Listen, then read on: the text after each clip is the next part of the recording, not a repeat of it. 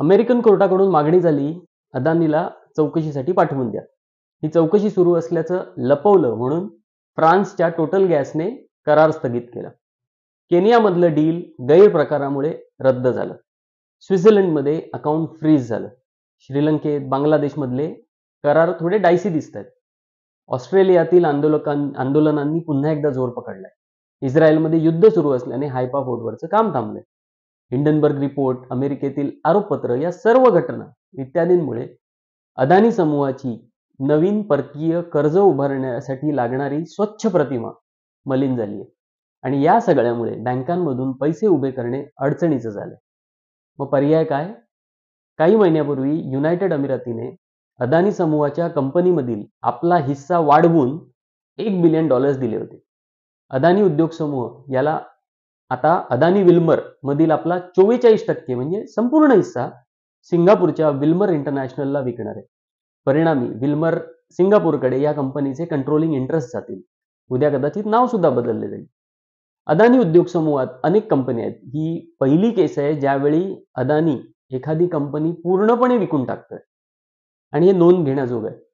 उद्योग समूहाने अस्तित्वात असणाऱ्या कंपन्या किंवा आपले भाग भांडवल दुसऱ्या एखाद्या कंपनीला विकणं हे काही नवीन नाहीये. पण अदानी समूह ज्यावेळी आपल्या कंपन्या किंवा अदानी कुटुंब आपले भाग भांडवल विकतं त्याला वेगळी परिमाणे आहेत जी देशासाठी महत्त्वाची आहेत. कंपन्या मोठ्या होतात ते धंदा वाढवून, कमावलेला नफा पुन्हा धंद्यात गुंतवून. ही प्रक्रिया नैसर्गिकरित्या संध असते, कदाचित अनेक दशके चालणारी. या प्रक्रियेत कंपनीचे स्वतःचे भांडवल आणि बाहेरून काढलेले कर्ज यात एक संतुलन राखले जाते. पण काही काळातच फार मोठे साम्राज्य उभे करण्यासाठी पर्याप्त भांडवल किंवा इक्विटी असू शकत नाही. ते फक्त कर्ज उभारणीतूनच शक्य होते. अदानी समूहाचे औद्योगिक साम्राज्य मोठ्या प्रमाणावर देशात आणि परदेशात कर्ज उभारणी करून उभं केलेलं आहे.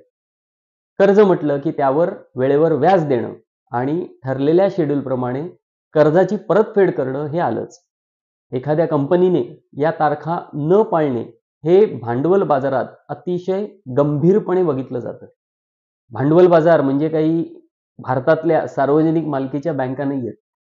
त्यांच्यावर वाटेल तसा कंट्रोल नाही करता येत. रुपयातील कर्ज असतील तर सार्वजनिक बँकांना पटवून तोडपाणी करता येतं. पण डॉलरमधील कर्ज फेडायला डॉलर्सच लागतात.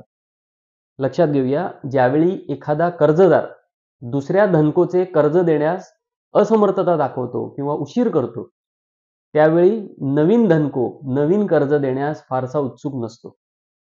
तेच अदानी समूहाचं होऊ शकतं. त्यामुळे एकमेव मार्ग आहे अस्तित्वात असणाऱ्या कंपन्यातील अदानी कुटुंबाचे भाग भांडवल अंशतः किंवा पूर्णपणे परकीय कंपन्या, गुंतवणूकदार आणि विविध प्रकारचे फंड्स यांना विकून डॉलर उभारणे. अदानी विल्मर कंपनीतील स्टेक विकून पैसे उभारण्यासाठी अदानी समूहाला $2 बिलियन मिळतील, अंदाजे 17,000 कोटी. पण मग आपला कन्सर्न यापेक्षा वेगळा आहे. भारताच्या अर्थव्यवस्थेत परकीय मालकी वाढणार आहे.